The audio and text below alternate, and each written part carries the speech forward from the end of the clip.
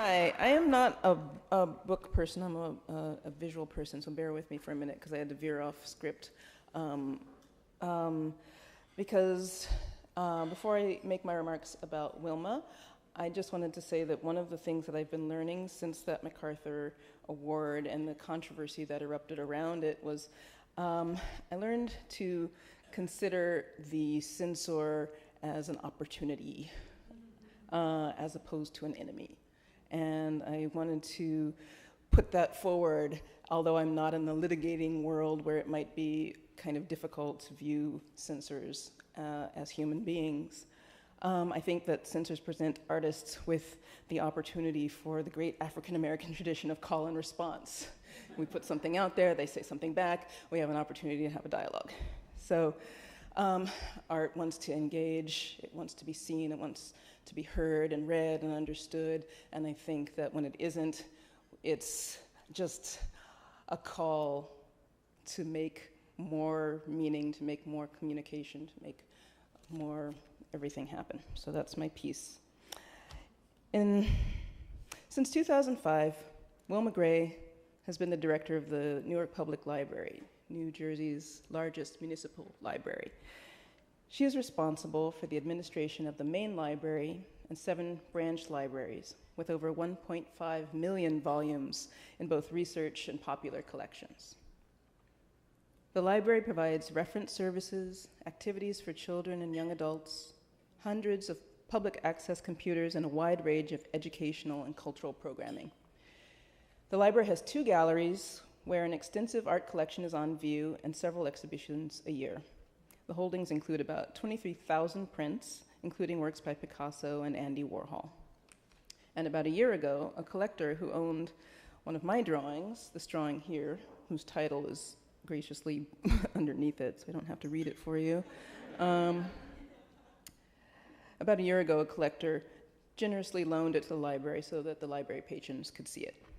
And when the work was hung, some members of the library staff objected, saying they found the images disturbing and felt that this kind of art was inappropriate in a library setting. Wilma responded by meeting with library staff to defend the library's role in displaying art, even if it's controversial, and encouraging a discussion of all issues, no matter how sensitive. She organized a town hall meeting and invited me to attend to explain my art and to answer questions. And I think we had a really vital, productive kind of conversation. And she invited library patrons to provide written comments about their own reactions to the art. Eventually, a person who had complained about the exhibit said, "It's not a museum where you might expect to see challenging artworks. It's a library. But I always come back to the feeling that this is like burning books or like the censorship of the adventures of Tom Sawyer." So I joined the NCAC in honoring Wilma Gray for her courageous handling of a difficult situation, for her leadership of the Newark Public Library as a center for intellectual freedom. Wilma's commitment to addressing the concerns of library stakeholders through education and discussion sets an example for public officials facing similar challenges. Thank you, Wilma. It's a pleasure to have her here tonight to honor her as an NCAC Defender of Free Speech.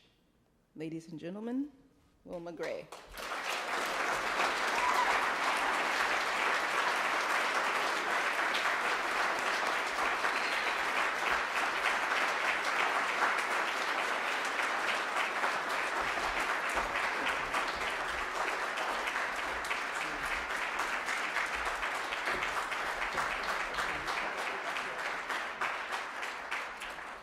Well, I have to say that never in my wildest dreams did I ever think that I would be the recipient of such an important award. And I want to thank Svetlana Macheva, Joan Burton, and all the members of the National Coalition Against Censorship for this tremendous honor and putting me in the company, in such good company of my co-honorees.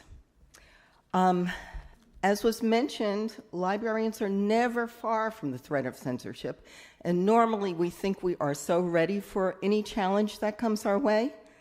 But I tell you, when, as it turns out, several members of my staff so vehemently opposed the acceptance of this magnificent gift of a loan of this magnificent drawing by none other than Kara Walker, I was absolutely stunned. I could not believe it, because the Newark Public Library has had such a long tradition of actually embracing all kinds of art, even art that is called controversial.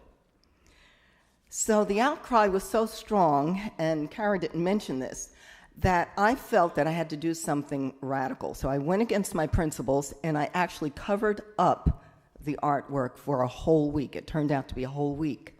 But this did give me the opportunity to kind of regroup and try to find out what was going on with staff, have discussions, and really kind of get through this.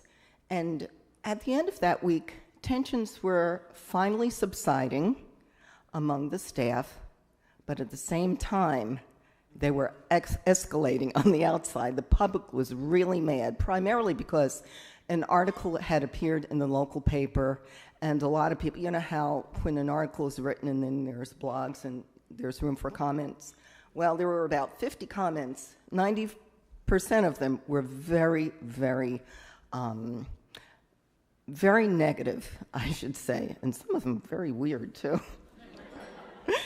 It was really not a happy time, but I have to say I was very lucky, because I did receive tremendous support from others, including some of them were complete strangers, actually. They'd call me up and say, "Can I help you?" There were a lot of concerned citizens, most of the library staff, the library board of trustees, and another artist, the renowned scholar and artist Nell Painter. They were just fabulous.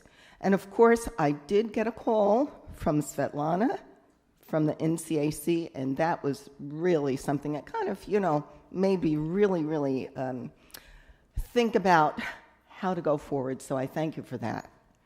And when Kara Walker agreed to come to the Newark Public Library to talk about her life and work on stage in a public conversation with Nell Painter, and believe me, given the climate, this was a very courageous thing to do.